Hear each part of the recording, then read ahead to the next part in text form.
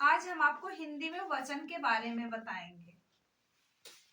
ये हमारे हो गए वचन। वचन का शाब्दिक अर्थ क्या होता है? वचन का शाब्दिक अर्थ होता है संख्या। संख्या वचन का शाब्दिक अर्थ होता है संख्या, लेकिन हम इसे संख्या के अर्थ में ना लेकर के बोली के अर्थ में प्रयोग करें तो यहाँ इसका एक और भी अर्थ हो जाएगा, बोली। बोली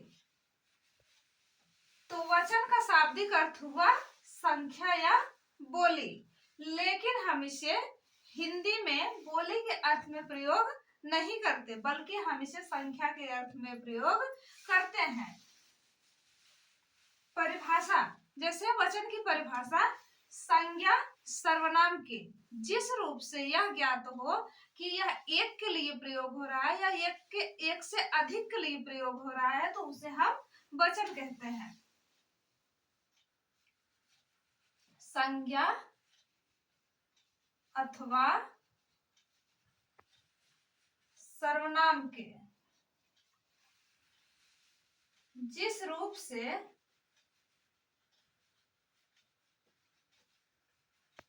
यह ज्ञात हो कि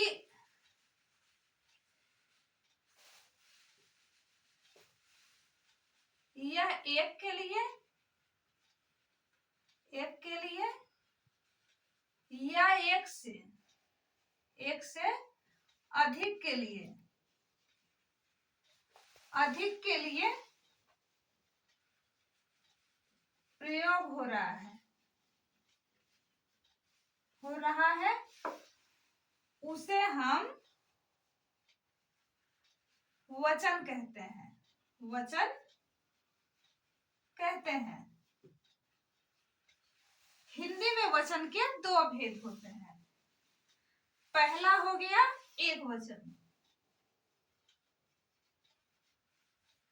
और दूसरा हो गया बहुवचन।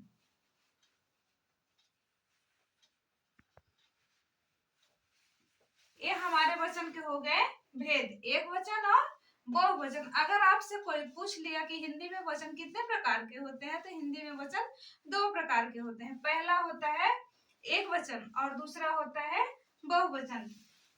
एक वचन हमारा सदैव एक ही संज्ञा मतलब नाम, सर्वनाम मतलब सभी के नाम, चाहे जिसका भी व्यक्ति वस्तु स्थान के जो भी नाम हो केवल एक के लिए बोध होते हैं, उसे हम एक वचन कहते हैं। जैसे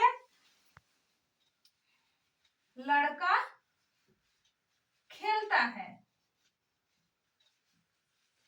जैसे लड़का खेलता है, यहाँ पे लड़का अकेला है, एक ही लड़के के लिए प्रयोग हो रहा है। लेकिन अगर यहाँ हम कह दे लड़के खेल रहे हैं तो हमारा ये हो गया बहुवचन। जैसे हम यहाँ एक और उदाहरण दे, गाय चरती है, गाय चरती है, और यहाँ अगर हम दे गाय चरती है तो ये हमारा बहुवचन हो गया। ये हमारा बहुवचन हो गया, मतलब एक के लिए बोध हो रहा है, इसीलिए हमारा एक वचन है। यह एक से अधिक के लिए बोध हो रहा है, इसीलिए यह हमारा बहुवचन है। और नोट, इसमें एक और पहचान है,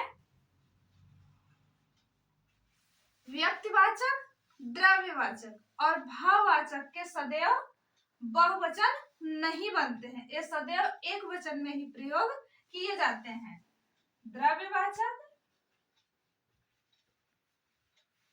भाववाचक और व्यक्तिवाचक, ये सदैव एक वचन में प्रयोग होते हैं। ये सदैव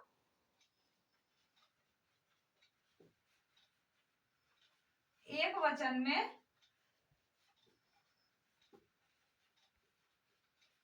प्रयोग होते हैं,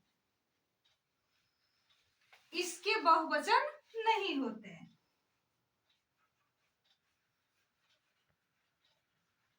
बहुवचन नहीं होते।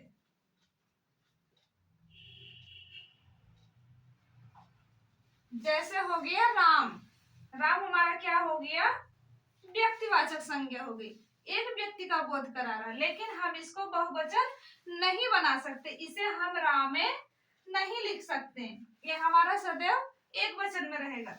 जैसे हो गया सुंदरता, ये हमारा एक ही वचन रहेगा, इसको हम बहुवचन सुंदरते नहीं बना सकते, इसीलिए ये हमारा भाववाचक, द्रव्यवाचक और व्यक्तिवाचक सदैव एक वचन होते हैं। आगे हम आगे की वीडियो में